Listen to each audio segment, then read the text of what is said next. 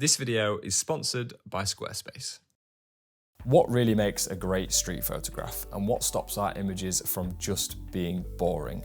After years of shooting street and looking at some of my favourite photographers' work, I've narrowed it down to what I think are the 5 elements that make a street photo worth looking at.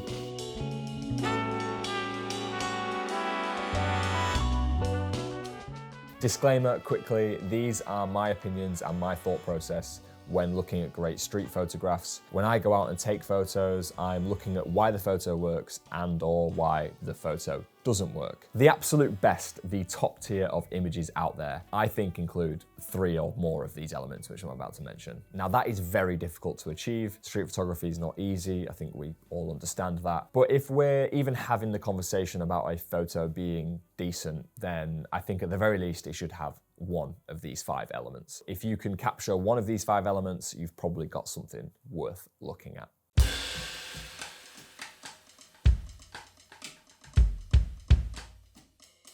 If your subject is just someone walking across the street, that is pretty dull.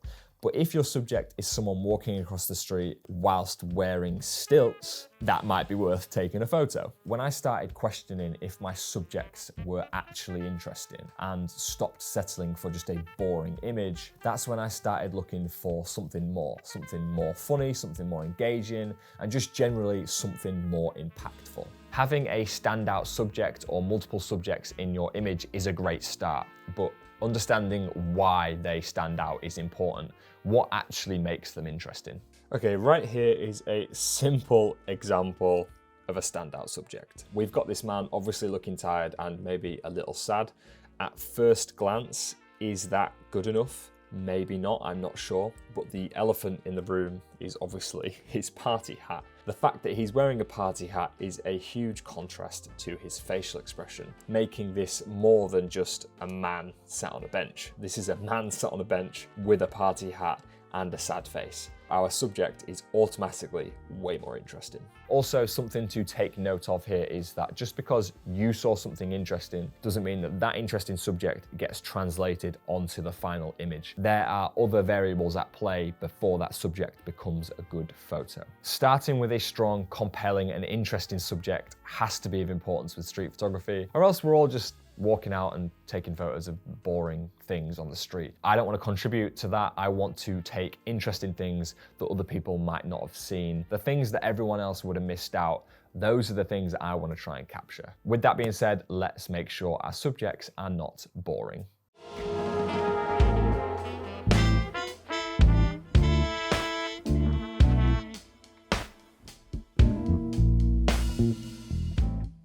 And this point leads perfectly on from having a good subject, because if your subject is interesting, there is probably a good story to go along with it. Now, I have heard people say, not every photo you need to take should tell a story. What's the point in taking photos then if yeah, I think it matters a lot, and I think we should not let that be an excuse because it's difficult. Good street photographs make you feel something, and that is through storytelling. I do realize how I just said that might sound very opinionated, and I'm just passionate about this subject, so bear with me here before the comment section gets heated with people firing their opinions at me, which feel free to do, I don't mind. If you take a photo that doesn't tell a story, then I think it's just front-facing visuals. Nice color, nice composition, nice light. Yes, all of that matters, but if it doesn't have a story, then it has a ceiling of potential of how good it could be. Whereas if the colors were a bit rubbish, the light was a bit rubbish, the compositional techniques might be a bit rubbish, but the story is excellent, it doesn't matter as much because the story is excellent, so you're more likely to have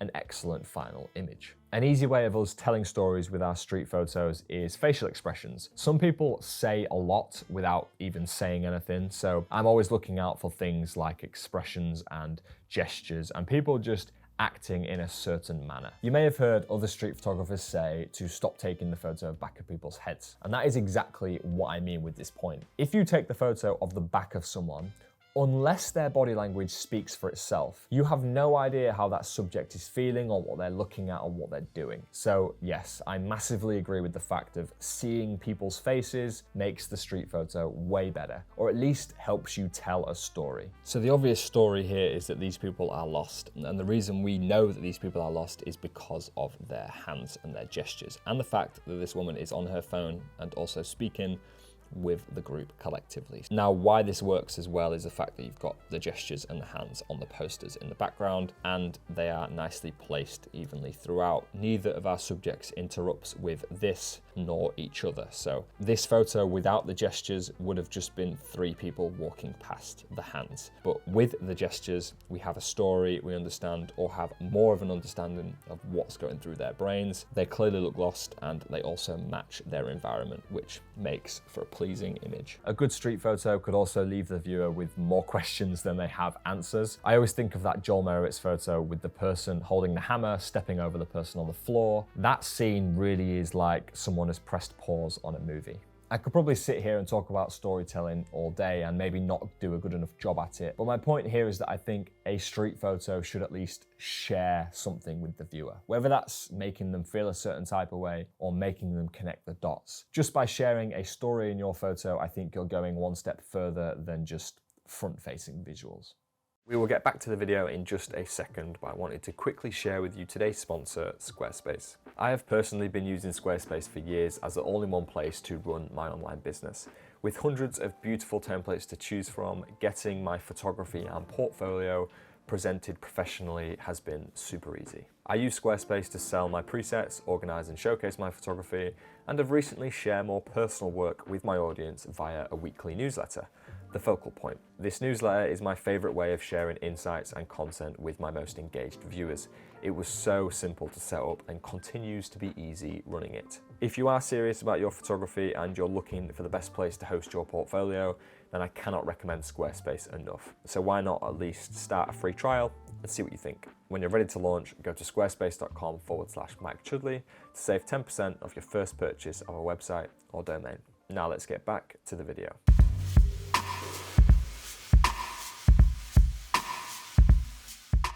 This one might seem pretty obvious as good light is very much appreciated by most photographers. Good light almost accentuates everything that's going on within that frame. So if you already have an interested subject and a story to be told, like I mentioned before, then that mixed with good light is going to be delicious. But also, if your light is exceptional, then the story and the subject don't have to be as interesting because the light accentuates what's going on in the frame, and depending on how it's used, it could be both the story and the subject. Here's a photograph I really like, including nice lighting. We have this seaside ice cream shop being lit up with some evening light, the shop worker dressed in the matching red and white uniform, plus the shadow on the wall of someone walking past, and the giant ice cream look okay. But the reason this whole scene works nicely together is purely because of the lighting. The harsh shadow cutting across the bottom third adds another point of interest, making the highlighted area stand out even more. If you remove the dynamic lighting from this scene, all we would have is the back of someone's head and probably no shadow. The colours would also be less appealing. Therefore, the light affects our subjects and story, ultimately bringing it alive. One way of understanding how important light is when you don't have it, because if the lighting in your scene is trash, then the higher the chance that your photo will be trash. Unless your story and your subject are so outstanding and interesting that light isn't essential. Paul Harrison is a good example of this. He shoots some amazing photographs in galleries. The lighting inside those places is typically very poor, except for the spotlight on the art itself. So naturally, his subjects don't shine in the helping hand of good light. But it doesn't really matter because what's in his photograph is so bloody interesting, it speaks for itself, whether the light is good or not.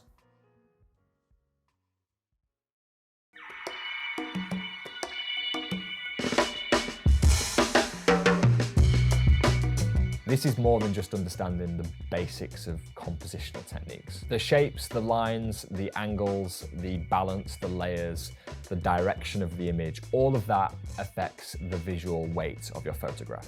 And these are things that work alongside your subject and your story. The way each element is placed within your frame has an impact on how nice the overall image is to look at. Let's use this photo as an example of visual weighting and why and how I think it works. So we've got our main subject in the middle. He's bending over on top of a ledge. He looks a bit lost. Interesting enough for me to, take interest and start taking photos. The reason I like this is because of everything else that makes and complements the subject. You've got these details down here on the brick wall and this detail over here on the brick wall. Because this is in the bottom right and this is in the top left, these elements work diagonally across the composition. This green area over here is pretty empty, so is the bottom left area, pretty empty. This element of nothingness works with this element of nothingness. These details on the brick wall work with this detail on the brick wall. All of that kind of acts as a cross, which complements our subject, which sits in the middle. If we talk about the colors, you've got the red of the brick, which also complements the red of the brick, which also complements the red on the floor. You've got the green that goes straight through the middle. That kind of complements this green over here. Now, if we were being specific, I think this green over here is maybe the weakest point of the photo because it's not as consistent as the rest. The guy also in black stands out against the brick wall. So the red, the green, the black clothes, the lighter shade of grey in the sky and along the edge of the walls, they all complement each other. This is an example of balance and visual weighting working alongside the composition, because let's not forget these obvious leading lines as well. All of these kind of elements leading and looking into the middle of the frame also complement the subject and the story. So I think this is an example of how visual weighting works to complement your subject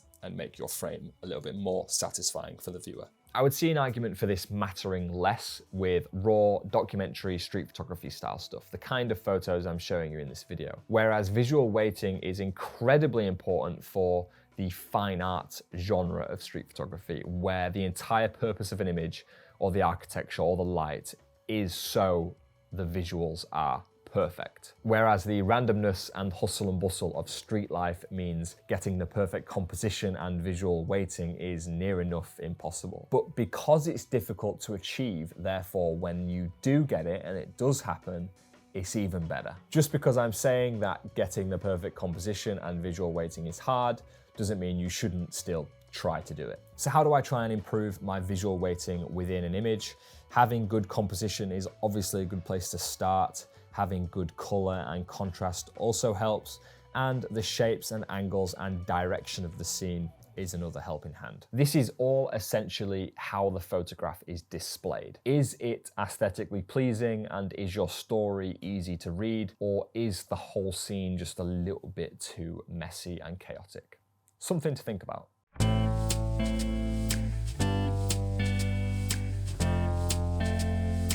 Before I get started with this point, and it's quite an easy one to understand, I think, I want to mention the importance of rules. A lot of people will say in photography and any creative outlet that there's no such thing as rules, do whatever you want, this is a creative outlet, express yourself, be free. But if we don't have a box, then you can't think outside of the box. And I think the box is the rules and guidelines and the standards and what's acceptable. If you don't know the rules, then you don't know where and how to break them. Now, the point 1 to 4 in this video might be seen as rules. People might disagree. I think they're what is acceptable. I think they're part of the box that we've created as street photographers. Now, if you want to break them, that's where this point comes into place. Ignore the rules and just shoot, because street photography sometimes just happens like that, and moments can be stranger than fiction. So I think it's okay to break the rules. I think it's okay to think outside the box, but only when a moment presents itself that is so unpredictable and you haven't got time to think about visual weighting and subject and story. something's happening, take the photo. And I think that might be the most important thing above everything I've mentioned in this video, that you shouldn't hesitate. You should try and capture what you think is interesting, because what you think is interesting will ultimately determine or create a style for your work. If we all follow the rules, we're all gonna probably take the same photos, but our awareness does have an impact on what we see. So improving your awareness, taking photos of what's interesting and ignoring the rules could be beneficial for your work. But I want to reiterate that the rules are important, I think, and the box is created for a reason. And when you understand what's in the box, you can think outside the box.